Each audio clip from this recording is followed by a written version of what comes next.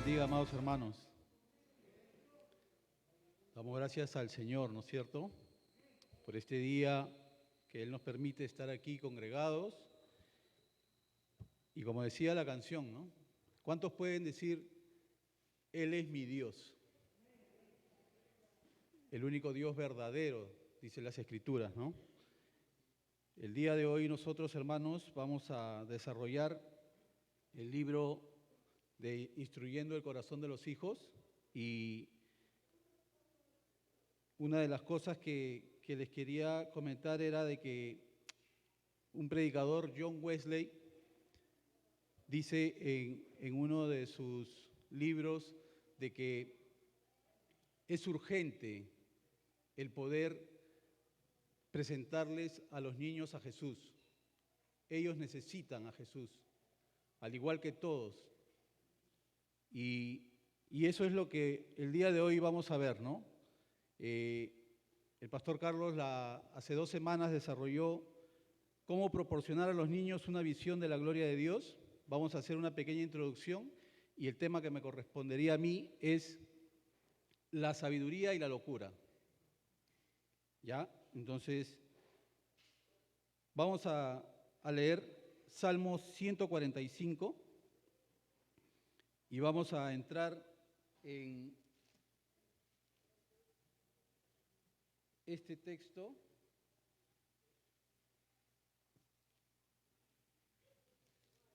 Y vamos a leer la palabra de Dios.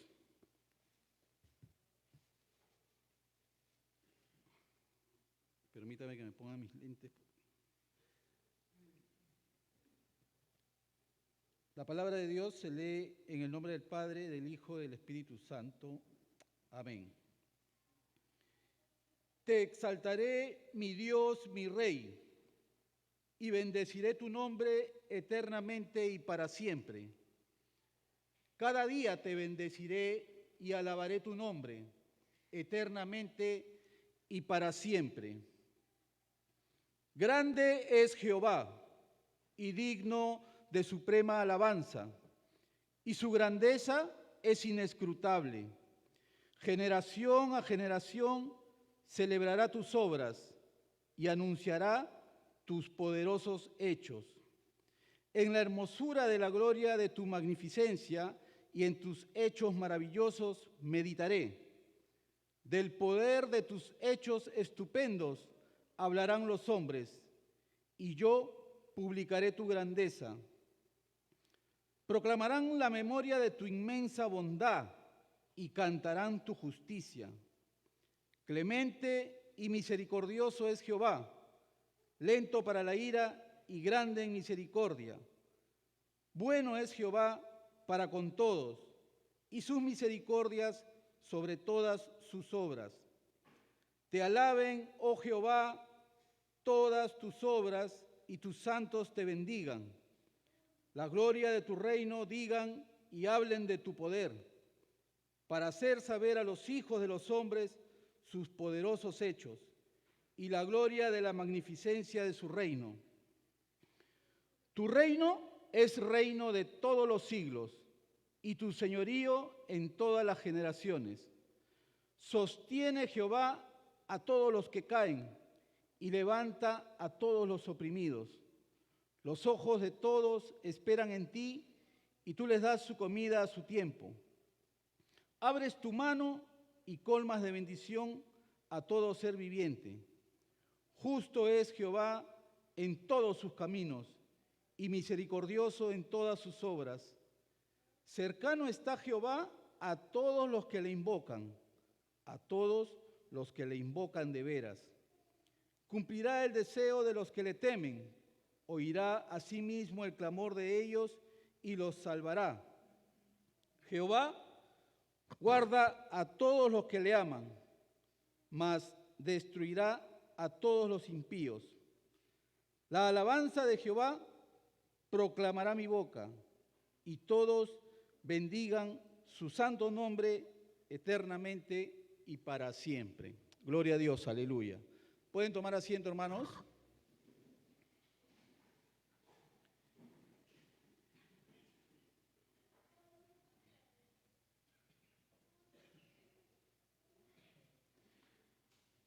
Muy bien, amados hermanos. Nosotros estamos siguiendo el libro Instruyendo el Corazón de los Hijos y es muy importante para todos nosotros, a pesar de que muchos de nosotros ya tienen hijos jóvenes, adolescentes, ¿no? Sin embargo, no pueden dejar desaprovechar esto porque este material también es importante porque ustedes, si bien es cierto, tienen hijos ya de repente algunos adultos, puede ser también para que puedan enseñar a sus nietos. Entonces, no solamente es para los que tenemos hijos pequeños, porque si eres abuelo, tienes el deber de enseñar a tus nietos. Así que el pastor Carlos hace 2 semanas desarrollaba cómo proporcionar a los niños una visión de la gloria de Dios. Y el día de hoy quiero traer una pequeña introducción de lo que es proporcionar a los niños la visión de la gloria de Dios y luego pasar ya a lo que es la sabiduría y la locura, ¿no? Entonces, ¿alguien recuerda algo de lo que el pastor Carlos enseñó aquella clase? ¿Cómo proporcionar a los niños la gloria de Dios?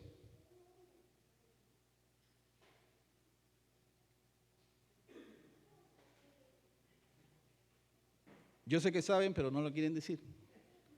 Entonces, vamos a definir, el pastor John Piper, en uno de sus aportes, él habla de que la gloria de Dios significa magnificencia, esplendor, honor, riqueza, excelente reputación. Dice él, la gloria de Dios es la belleza y excelencia de sus múltiples perfecciones. La gloria de Dios es la armonía perfecta de todos sus atributos en un ser infinitamente hermoso y personal. Y dice John Piper que si él seguiría describiendo, se quedaría corto en poder explicar con respecto a la gloria de Dios. ¿Por qué leía el Salmo 145? Porque el Salmo 145 expresa muchas características de Dios.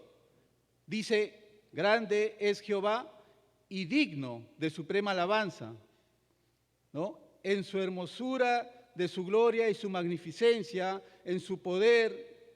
Dice, es clemente y es misericordioso, es bueno. Y así va describiendo el poder de Dios, la magnificencia y todo lo que el ser humano no puede muchas veces entender, ¿no?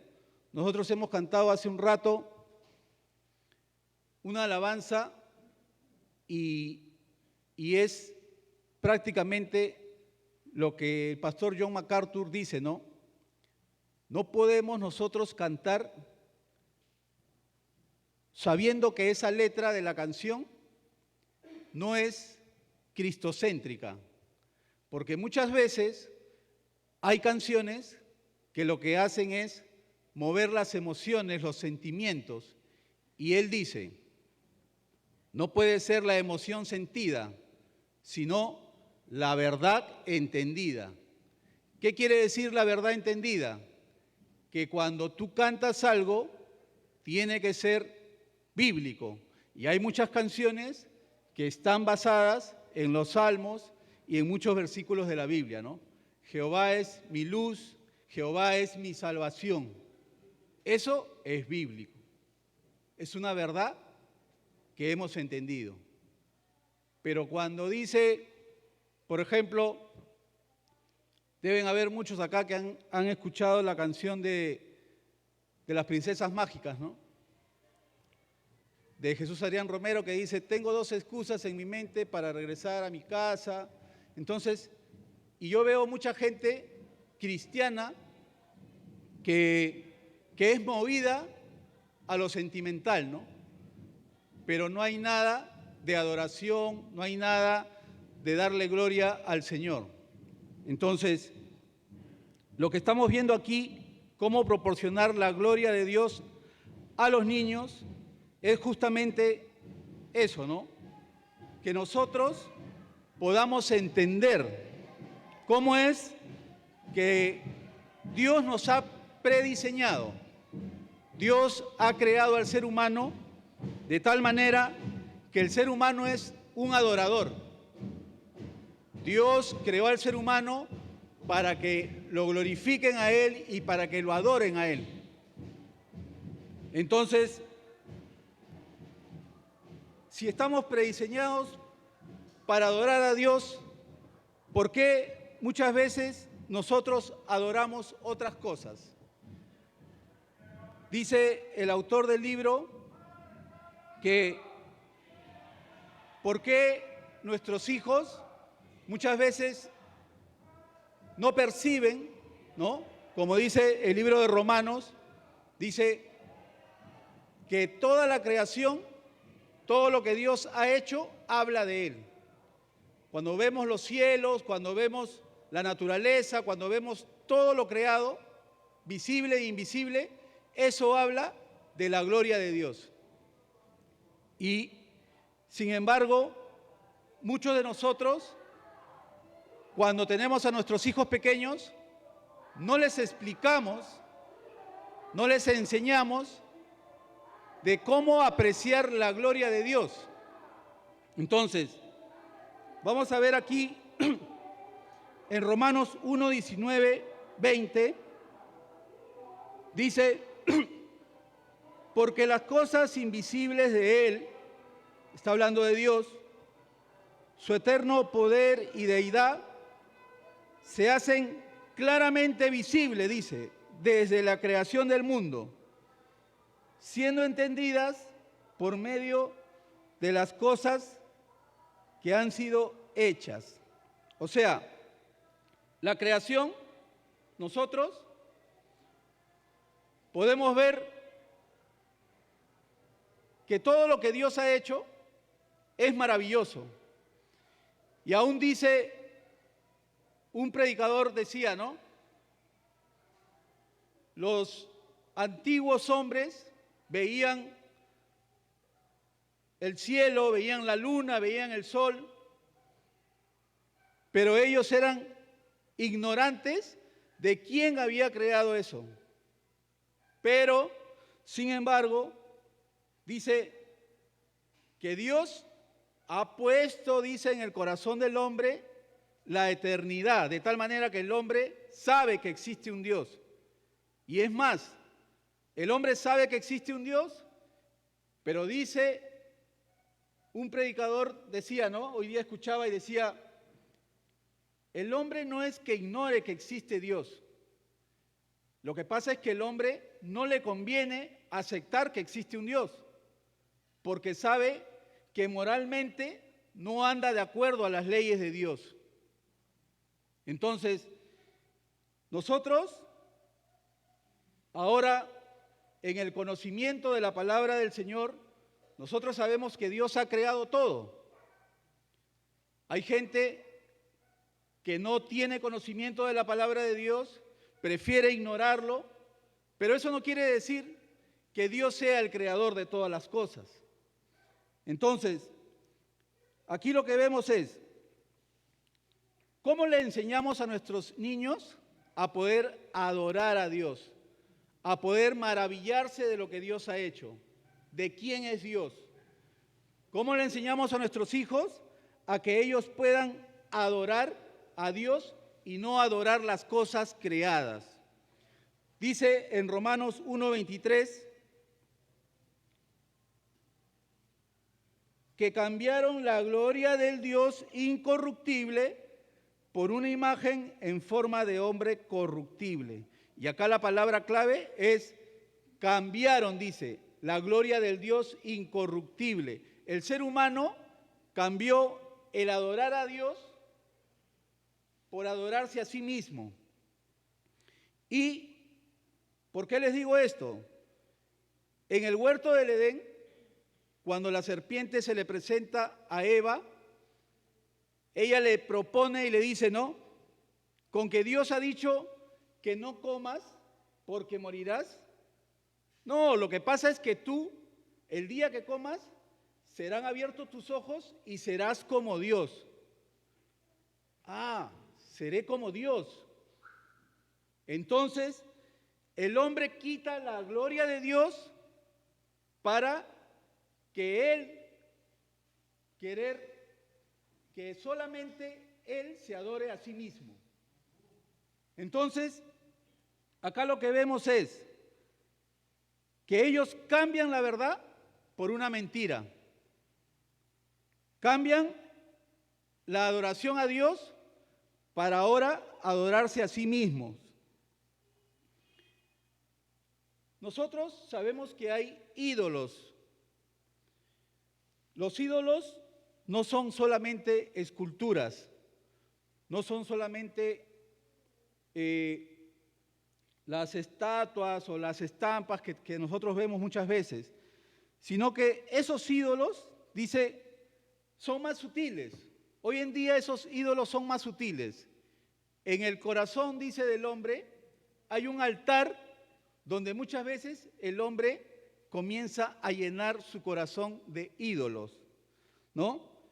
¿Qué sucede con esto? Que es muy sutil y que para nosotros es, como padres, muchas veces es difícil de reconocer esto. ¿Cuál puede ser un ídolo en el corazón de nuestros hijos? ¿Cuál creen ustedes? Un ídolo en este tiempo. La televisión, la tecnología, las redes sociales, aún el fútbol, ¿no? ¿Qué más?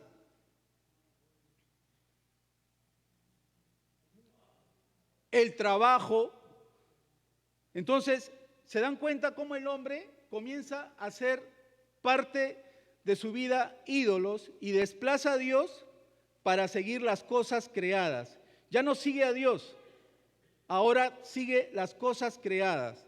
Entonces, una de las cosas que nosotros podemos ver aquí es, y les voy a dar una lista de los ídolos en el corazón. Obviamente el autor de este libro detalla estas, deben haber más. La lista de ídolos en los niños, miren.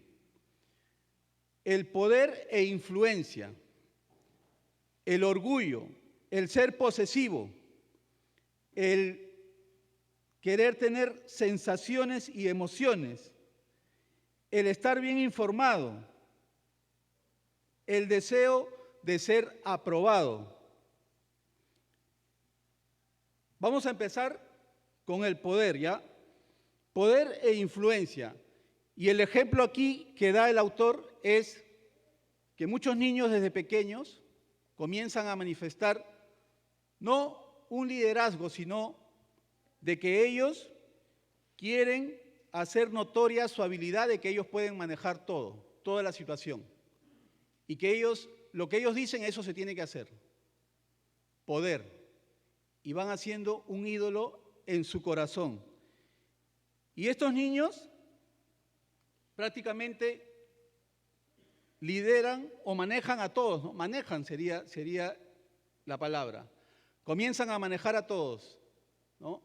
Yo antes de salir de casa conversaba con mi hija, María Gracia tiene 7 años, y ella me decía, papá, yo cuando hablo con mi amiga, ella no me escucha, ella solamente quiere hablar de sus cosas, pero nunca me escucha, ¿no? Entonces, una de las cosas que yo me daba cuenta es que esto es verdad. Hay niños que desde pequeños comienzan a manejar ese poder en su círculo, en su entorno, y los padres de repente no lo identificamos, pero el autor del libro lo ha identificado y dice de que ese puede ser un ídolo en el corazón del niño. Segundo ídolo, el orgullo. ¿A qué se refiere? A que el niño solamente es feliz cuando sobresale, dice. Cuando tiene el niño prácticamente una máxima puntuación en sus notas, o cuando gana una competencia está satisfecho. Si no gana, si pierde, se viene abajo, se derrumba. Es otro ídolo, que es el orgullo. Siempre quiere ganar, siempre quiere sobresalir, siempre quiere ser el primero, quiere ser la figura. ¿Qué sucede con esto? Que dice que este niño va a hacer, dice, lo que sea, ¿no? Lo que sea para tratar de ganar y aún se sacrificará, dice. No le importa pagar el precio, aunque sea muy alto. Entonces, allí el autor dice que los padres y aún los maestros deben de tener un despertiz por ver a los niños, porque es normal, dice él, es normal que los niños muchas veces, ¿no?, quieren ser prácticamente los que son los primeros lugares, ¿no? Pero tienen una compulsión, dice, compulsión de triunfar. Y de hecho, para nosotros, dice, que eso no es un problema, pues, ¿no? Porque lo que es raro es ver que de 10 o 20 alumnos, 2 o 3 sobresalgan y los demás estén de regular hacia abajo, ¿no? Entonces, cuando tú ves niños estudiosos, aplicados, que sacan buena nota, tú dices, uy, qué bien, ¿no? Pero aquí el autor dice, los padres y los maestros deben identificar estos ídolos porque se hace en ellos, dice, que tengan una compulsión por siempre ser las figuras. Es más, también lo relaciona con aquellos niños que les gusta actuar, dice. ¿Por qué? Porque también les gusta que les digan, ¿no? Qué bonito actuaste, cómo lo hiciste, fuiste el mejor, que los alaben, ¿no? Luego están los niños posesivos, que también es otro ídolo en el corazón de los niños, y dice que estos niños son reacios a prestar sus cosas. Se enojan si alguna de sus cosas se echa a perder. Y cuando salen de casa, se aseguran, dice, de que nadie vaya a tocar sus cosas. Son posesivos. No quieren que nadie más toque sus cosas. Luego tenemos el ídolo de la emoción y la sensación. Los niños que siempre quieren tener una emoción fuerte, dice, adrenalina. Quieren vivir adrenalina, quieren salir a manejar bicicleta, quieren salir a patinar, les gusta deportes de aventura. Si no están ajetreados, dice que estos niños prácticamente se aburren. Si no están en movimiento, si no están ellos haciendo esas cosas, se aburren. Esto tiene que llamar nuestra atención, ¿no? Porque nosotros lo llamamos a veces niños hiperactivos, ¿no? Pero dice que son niños que están buscando siempre la adrenalina de querer hacer algo. No pueden estar quietos. Luego tenemos al niño con deseo de ser aprobado por los demás. Estos niños, dice, son adictos a la atención de los demás, adictos al reconocimiento, ¿no?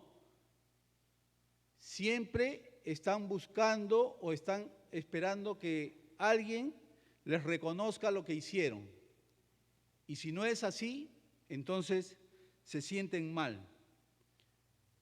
Luego hay los niños que son muy amigos, les gusta tener muchos amigos. Y estos niños, dice, son aquellos que son capaces de ser más leales a los amigos que al papá y a la mamá. Son capaces de mentir a papá y a mamá con tal de quedar bien con sus amigos.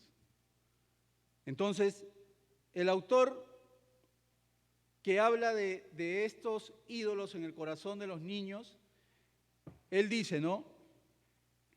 Todos estos tipos de ídolos están en el corazón del niño. Ahora, ¿qué cosa tiene que suceder en el padre, en la madre? Poder identificar cuál es ese ídolo en el corazón del niño, de tu hijo, de tu hija.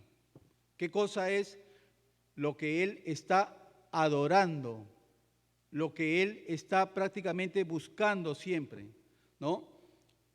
El último es el niño que le gusta estar bien informado, dice. Niños que les gusta saber cuál es la última película estrenada.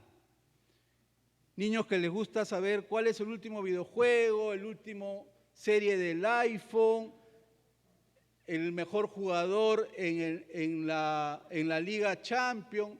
Le gusta estar informado, dice.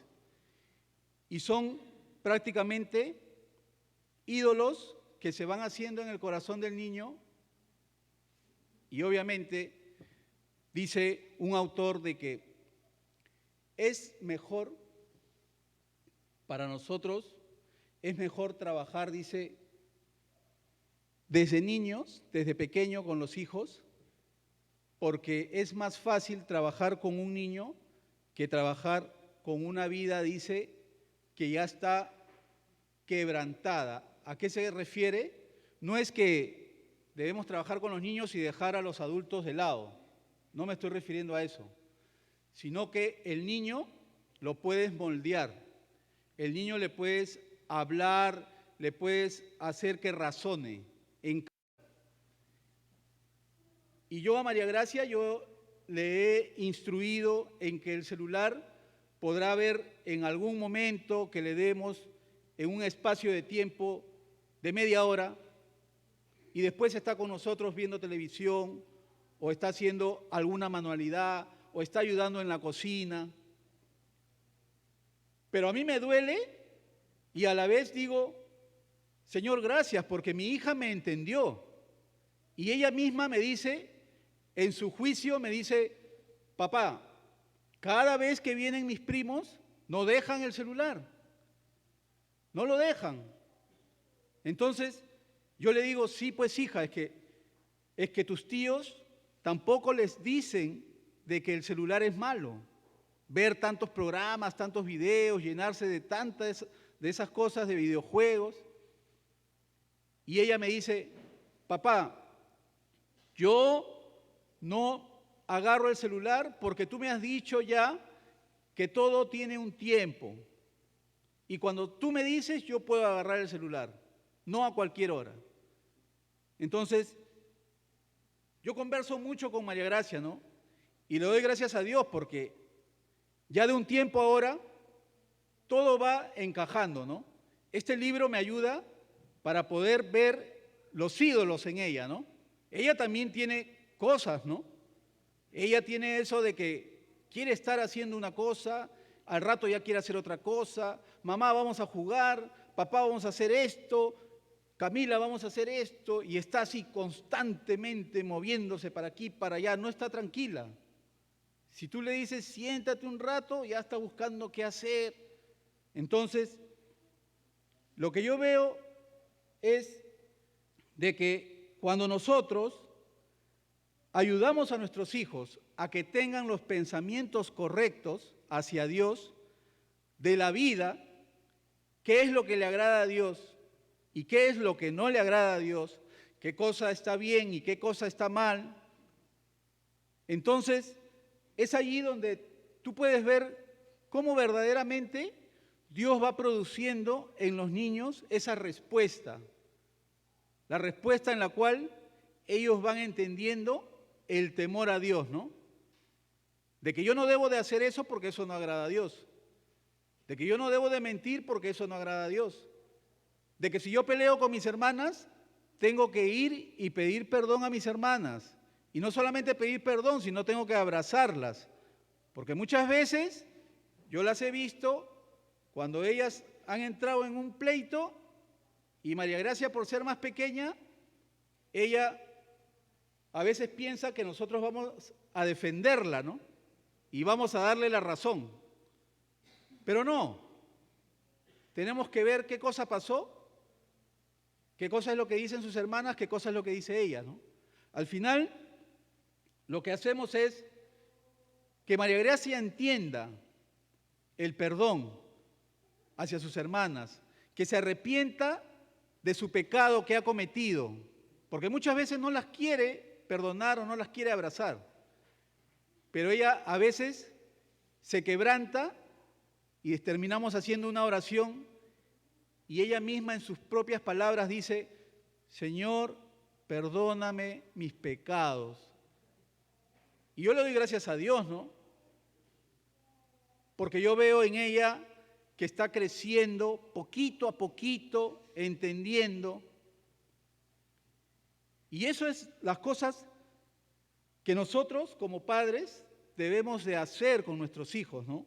Identificar qué cosa está pasando con ellos, mostrarle los atributos de Dios, que Dios es poderoso. Yo le preguntaba antes de venir: María Gracia, para ti, ¿quién es Dios?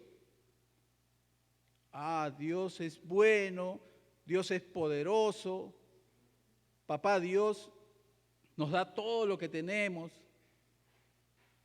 Yo pensé que mi hija se iba a quedar callada, pero me dijo 4 o 5 cosas y yo dije, wow. Y encima agarró y me dijo: papá, nosotros somos cristianos y como cristianos, papá, debemos de saber quién es Dios. Yo nunca le he dicho a María Gracia: tú eres cristiana. Pero ella expresó antes: papá, nosotros somos cristianos.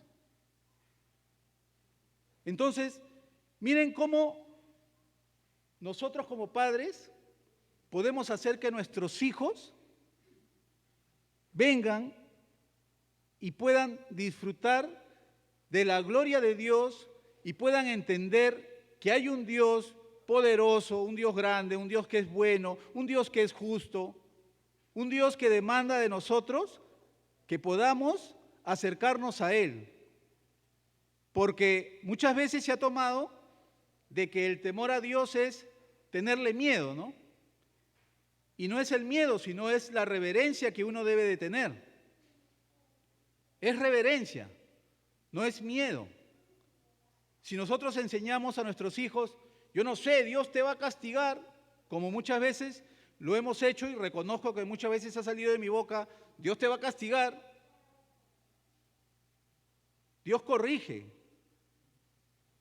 pero a veces hay que utilizar bien las palabras, porque en vez de que nuestros hijos entiendan de que así como puede venir y pedir perdón a Dios, también Dios muchas veces, cuando estamos andando en pecado o cuando ellos están siendo rebeldes, están siendo desobedientes, entonces también Dios va a actuar sobre sus vidas. Otra de las cosas de los ídolos del corazón es que cuando nosotros hablamos con nuestros hijos, lo que estamos haciendo es que todas estas cosas de las que hemos hablado, la tecnología, la televisión, todo lo que nos bombardea hoy en día, porque este mundo está prácticamente bombardeando las mentes, no solamente de los niños, sino de los adolescentes, de los jóvenes, de los adultos, todo. ¿Cómo podemos nosotros reemplazar eso? O sea, ¿cómo podemos hacer que para ellos no sea lo primero el WhatsApp, el Facebook, el Instagram, los videojuegos? ¿Cómo? ¿Cuál es la manera? La única manera es dándole prioridad a ellos, dándoles un tiempo, enseñándoles. Mi hija tiene 7 años, ya sabe leer. Y yo el otro día le decía a mis hijas mayores, ¿no? Siempre leemos en las noches, cada uno un capítulo, pero les estaba comunicando: María Gracia ya sabe leer y ella quiere leer también. Ella no quiere ser espectadora, ella quiere leer. Entonces, Yo se lo comuniqué a mis hijas y ahora lo que tenemos que hacer es, ya María Gracia, somos 4, con ella ahora 5, porque ahora vamos a tener que esperar cuando ella también tenga que dar su lectura, ¿no? Entonces, ¿qué más debemos hacer? Orar con ellos, leer la Biblia con ellos, llevarlos y acercarlos a Dios para que desde pequeños ellos puedan entender ante el Dios que está delante de ellos. Muchas veces nosotros esperamos recién, cuando estamos adultos, recién ir a una iglesia, recién leer la Biblia, pero esa es la edad, la niñez, es la edad donde nosotros tenemos que instruirlos con la palabra de Dios. Entonces, ya dicho esto sobre cómo presentar a nuestros hijos la gloria de Dios y haber visto los ídolos que hay en el corazón de nuestros hijos, lo que vamos a ver ahora es el tema de la sabiduría y locura. ¿De qué trata la sabiduría y la locura? El autor dice, la definición de la sabiduría es la capacidad de saber usar el conocimiento. ¿A qué conocimiento se está refiriendo? Se está refiriendo al conocimiento de la palabra de Dios. Cuando tú conoces la palabra de Dios, entonces tú no haces tu voluntad. Tú no te riges de acuerdo a lo que para ti está bien o está mal. Tú lo que haces es, la palabra de Dios dice que yo debo de amar a mi prójimo. La palabra de Dios dice que debo amar a mis enemigos. La palabra de Dios dice que yo no debo robar. Y así te riges.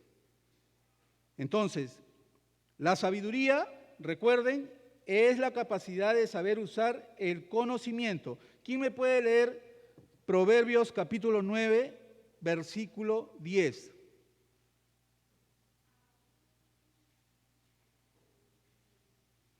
Proverbios 9, versículo 10.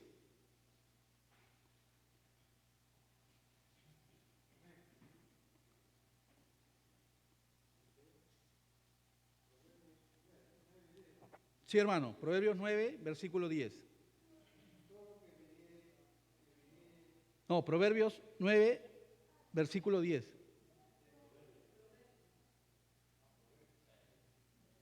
¿Lo tiene, hermano?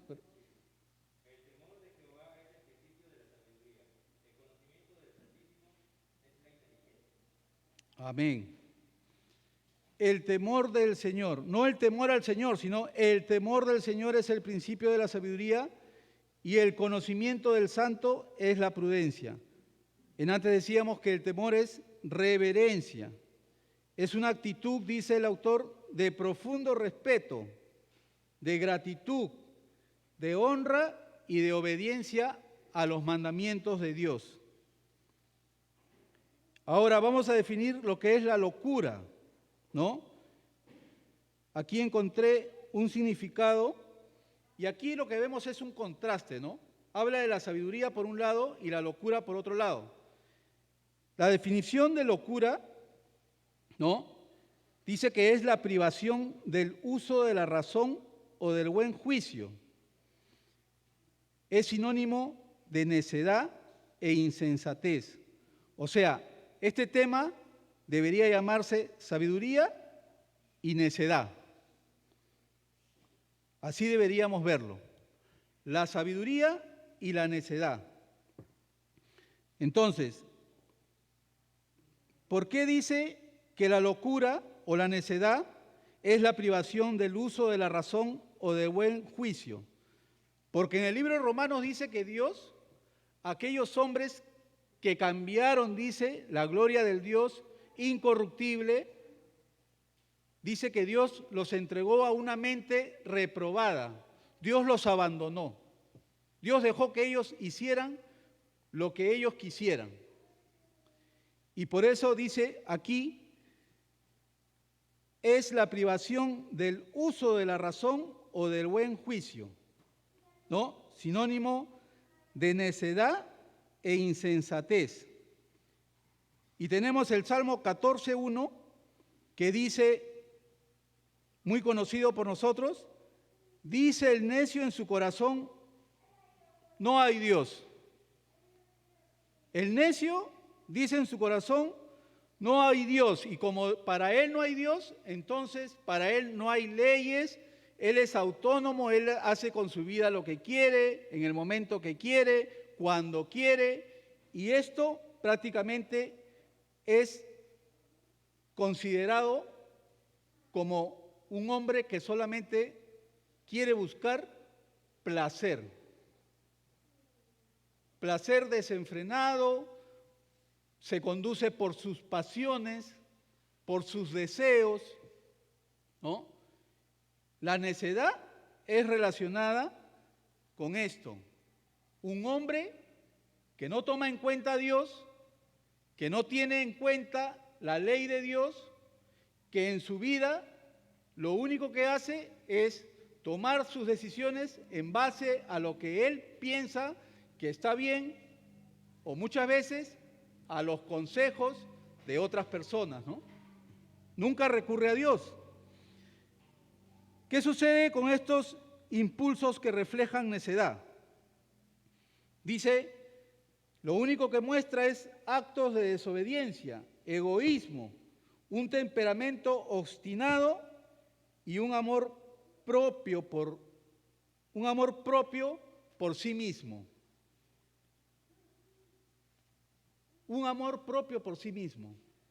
O sea, el necio no ama a los demás, se ama a sí mismo, quiere satisfacerse él, quiere llenar su vida de placeres, ¿no?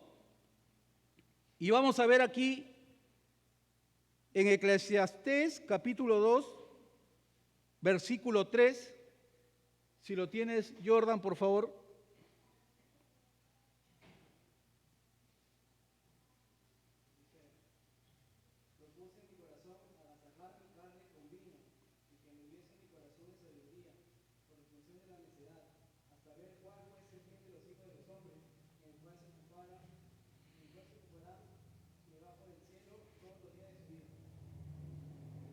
Amén. Propuse en mi corazón agasajar mi carne con vino, dice el rey Salomón. Y sin embargo, dice el texto, y hallé que todo esto era vanidad y aflicción de espíritu. O sea, entendió que no servía de nada. Y muchas veces esa necedad ha existido en nuestras vidas. Y aún cuando nosotros conocemos muchas veces la palabra de Dios, no la aplicamos y actuamos con esa misma necedad, ¿no? Propuse en mi corazón, dice, darle a mi carne vino, satisfacerme, probarme, a ver hasta dónde yo llegaba. Y en Eclesiastés 2:10 dice, no negué a mis ojos ninguna cosa que desearan, ni aparté mi corazón de placer alguno. No negué a mis ojos ninguna cosa que desearan, ni aparté mi corazón de placer alguno. Este es Salomón, ¿no? El que dice la Biblia que tenía muchas concubinas, ¿no? Y él aquí declara que no negó a sus ojos nada de lo que desearan, ni apartó su corazón de ningún placer. Entonces, ¿qué estamos viendo aquí en estos versículos de Eclesiastés? Que el hombre, en busca del placer, lo único que haya es aflicción, dice. Sigue estando vacío. No puede satisfacerse. Dice también en Eclesiastés 2:15, entonces dije yo en mi corazón, lo que le sucederá al necio me sucederá a mí también. ¿De qué pues me ha servido ser más sabio y dije en mi corazón que todo esto era vanidad. ¿Por qué?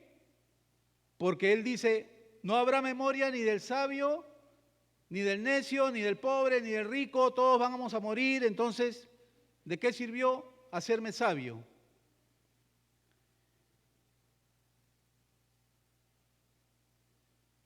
En esta parte, el autor dice de que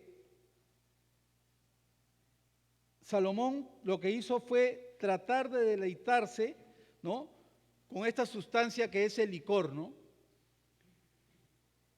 Yo no sé cuántos de aquí nunca han probado licor, pero desde mi experiencia yo soy convertido a los 34 años prácticamente y he llevado en mi juventud una vida en la cual sí he probado licor, ¿no?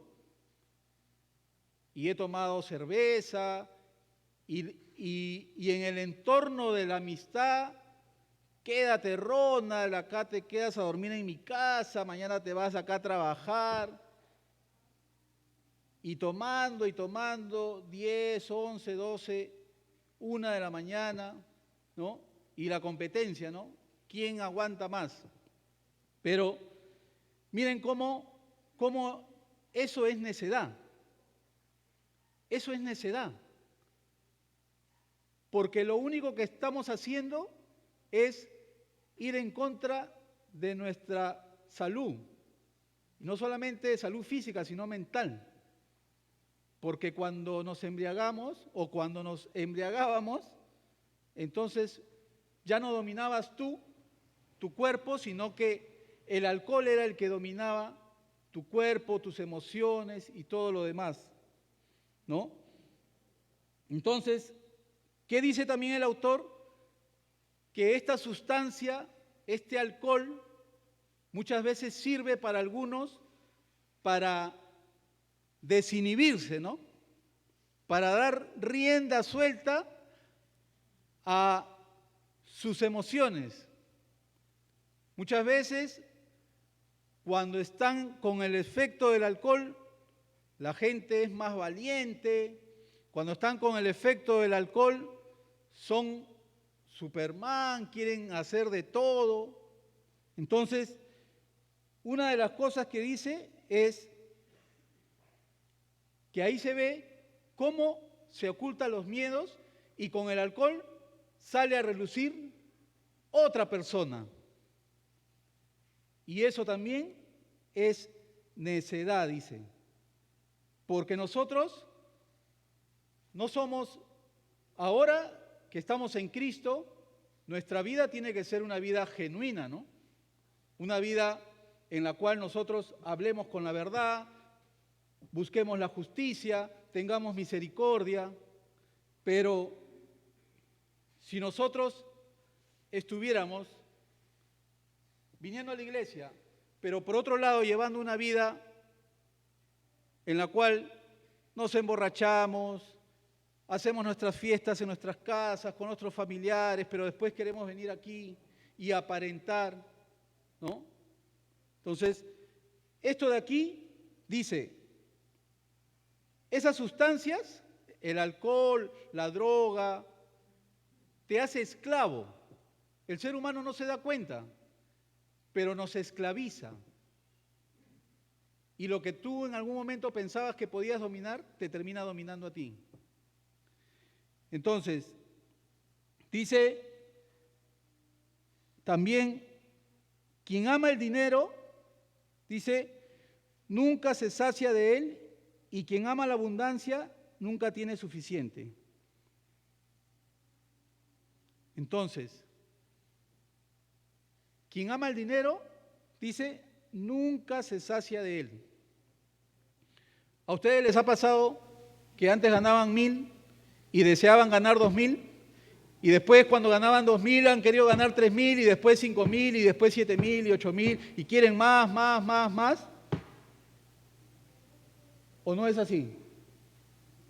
¿O solamente nos queremos quedar con 1.000 soles siempre? No. Y aquí dice en el libro de Eclesiastés, Quien ama el dinero nunca se sacia de él y quien ama la abundancia nunca tiene suficiente. Nunca tiene suficiente. Entonces, dice que el objetivo, aquel cuyo objetivo es solo tener éxito, ¿no? Porque muchas veces hay gente que sí gana y gana un buen sueldo, 8.000, 10.000, 15.000, 20.000, el gerente de mi empresa gana como 40.000 soles, ¿no? Obviamente todo eso tiene sus razones, es un hombre que ha estudiado, tiene diplomados, tiene maestrías, y por ahí va el tema, ¿no? Por eso que gana lo que gana. Pero dice que aquel cuyo objetivo es solo tener éxito sin recordar a Dios, no encontrará satisfacción. O sea, puedes conseguir muchos títulos, puedes conseguir muchas maestrías, puedes estudiar. Eso Dios no prohíbe que el ser humano estudie. Es más, Dios ha puesto todo al alcance del hombre para que el hombre pueda indagar, investigar, buscar y todo para que pueda el hombre perfeccionarse, ¿no? ¿Cómo buscamos una vida de sabiduría? La vida de sabiduría, dice, es la reacción que el hombre tiene a la santidad de Dios y al odio por la maldad. Cuando tú eres sabio, cuando tú conoces la palabra de Dios, la palabra de Dios te enseña que Dios es santo. Y si Dios es santo, pues no hay nada que pueda venir ante Dios y que nosotros podamos pensar de que nuestros pecados no nos van a poder separar de Dios. Dios conoce la vida de cada uno de nosotros y nosotros sabemos, como cristianos, como creyentes, que cada vez que hacemos algo, cometemos algún pecado, hemos ofendido a Dios, debemos de venir delante de Dios y pedir perdón, porque Él es santo. Y dice que Dios, al igual que Dios, nosotros debemos odiar la maldad.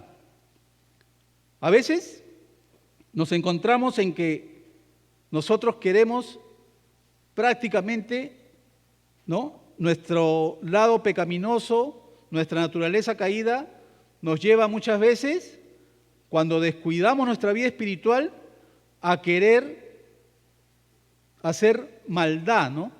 A querer reaccionar de una manera en la cual no es digno de un hijo de Dios. Pero lo que Dios demanda es que nosotros, al igual que Él, aborrezcamos la maldad. Nosotros no debemos de convivir con la maldad. En nuestro corazón no debe haber maldad. Si hay maldad en nuestro corazón, debemos de pedir a Dios para que trabaje en eso, ¿no? Dice también Proverbios 13:20, que el que anda con sabios será sabio, pero el compañero del necio será quebrantado. El que anda con sabios será sabio, pero el que se acompaña del necio sufrirá el daño por ser cómplice del necio. O sea, hermanos, nosotros estamos llamados a entre nosotros, como hermanos, como hermanas, nosotros buscarnos, orar, aconsejarnos, si en algún momento hay alguna exhortación, exhortarnos, animarnos. Pero ¿cómo sería que si nosotros venimos a la iglesia, pero buscamos el entorno de nuestros amigos para buscar el consejo de ellos? ¿Qué consejo te pueden dar? Ningún consejo bueno. Entonces, Dice Proverbios 10:27, el temor de Jehová aumentará los días, mas los años del impío será acortado. El temor de Jehová aumentará los días. ¿Por qué? ¿Por qué los años del impío serán acortados? Dios bendice la vida de sus hijos. Dios guarda la vida de sus hijos. Pero el impío dice, la vida se le acorta. Ahora, esto no es absoluto, que siempre pasa así. Yo he visto cristianos que han partido. Y no quiere decir, que estaba en pecado, se le acortó la vida, Dios le quitó la vida porque estaba andando en pecado. No. Proverbios 15:16 dice, mejor es lo poco con el temor de Jehová que gran tesoro donde hay turbación. O sea, tener gran tesoro con grandes problemas no refleja una buena vida. O sea, hay mucha gente, ¿no? Y lo vemos a diario en la televisión, mucha gente que es arrestada en su propia casa. Y tú ves la casa llena de lujos, ¿no? Disfrutó 3 años, 4 años, 5 años delinquiendo, haciendo dinero de muchas maneras, pero al final le llegó la hora y dice aquí, mejor es lo poco, o sea, mejor es lo que Dios te da, lo justo, lo que tienes para sustentarte, que tener abundancia, pero tener problemas. Problemas con la justicia, problemas con los vecinos, problemas con todo el mundo, ¿no? Entonces, ya para acabar, refiriéndose a los estudios, el autor dice que los estudios existen no solo para formar profesionales, sino para equipar la humanidad, para que los hombres ejerzan el dominio, dice, ya que a través de este dominio nosotros podemos tener el privilegio de servir a Dios. ¿Qué sucede, hermanos? En el libro hay unas preguntas que una profesora dice que le hizo a sus alumnos y les preguntó, ¿para qué estudias? ¿No? Y cada uno le respondió, yo estudio porque quiero entrar a la mejor universidad. El otro, yo estudio porque quiero ganar bien. Yo estoy estudiando porque quiero irme a Estados Unidos. Pero ¿cuál es el fin del estudio? ¿No? Dice, todas las áreas del conocimiento humano existen para dar gloria a Dios, viviendo de manera digna para que beneficie a las criaturas hechas a imagen y semejanza de Dios. O sea, Dios no se opone a que el hombre estudie. El hombre puede estudiar, el hombre puede capacitarse, el hombre puede tener mucho conocimiento, pero ¿saben qué? Escuchaba a un predicador decir de que una vez lo invitaron a poder hacer una conversación con un hombre que había traducido al griego, dice, y al hebreo, la Biblia, y cuando a él le preguntaron, dice, él dijo, obviamente se identificó como pastor, que era cristiano, pero este hombre que había traducido la Biblia no era cristiano. Fue su sorpresa para él de cómo un hombre del mundo había podido traducir al hebreo una Biblia, pero sin embargo, conocer cada parte de la Biblia, pero no conocer al Dios de la Biblia. El conocimiento no te asegura que ninguno de nosotros va a poder alcanzar la sabiduría que Dios tiene para cada uno de nosotros. Y para terminar, el tiempo me ha ganado,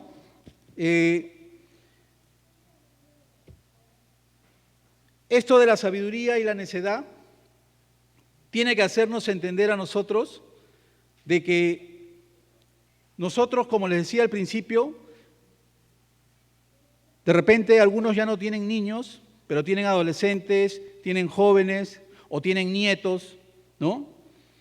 Y esto de la sabiduría y la necedad tiene que ser para nosotros una urgencia de poder enseñar a nuestros hijos, de poder hacerles ver ese contraste, de poder hacerles entender lo que Dios quiere para su vida y para que no tropiecen ellos de la manera que hemos tropezado nosotros. Yo les contaba que de adulto ya he venido a los caminos del Señor, pero tus hijos pueden conocer a Dios desde pequeños. Entonces, Juan Wesley, en una de sus libros, dice: la formación espiritual cristiana ayudará a un niño, escuchen esto, a superar el ateísmo, o sea, a que el niño desconozca que exista un Dios, a superar la adoración a sí mismo, a superar el orgullo, a superar el amor al mundo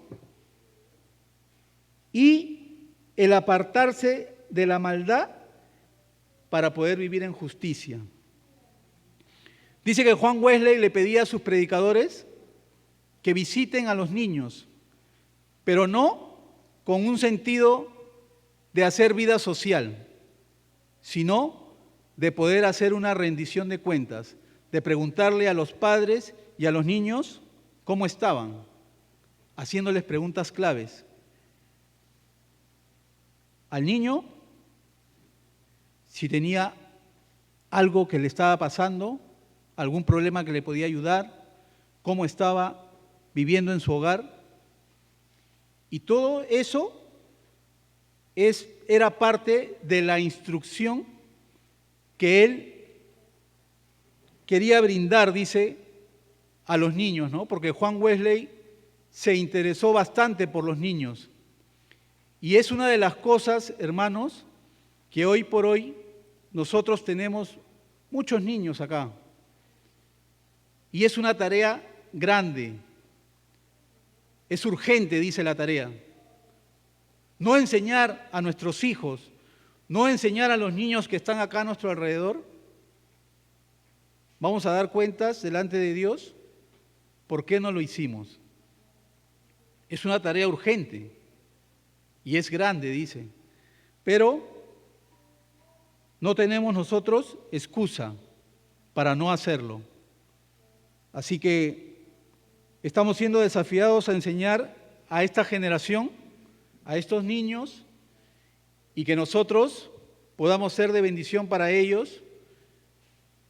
Y sobre todo, hermanos, el discipulado, ¿no? Dios nos ha llamado a discipular. Y no solamente discipular a un joven, a un adulto, también podemos discipular a los niños desde pequeños. Así que el Señor los bendiga, la paz del Señor esté con ustedes y damos gracias al Señor pues por este tiempo, que Dios siga trayendo a través de estas enseñanzas sabiduría para nuestras vidas, ¿no?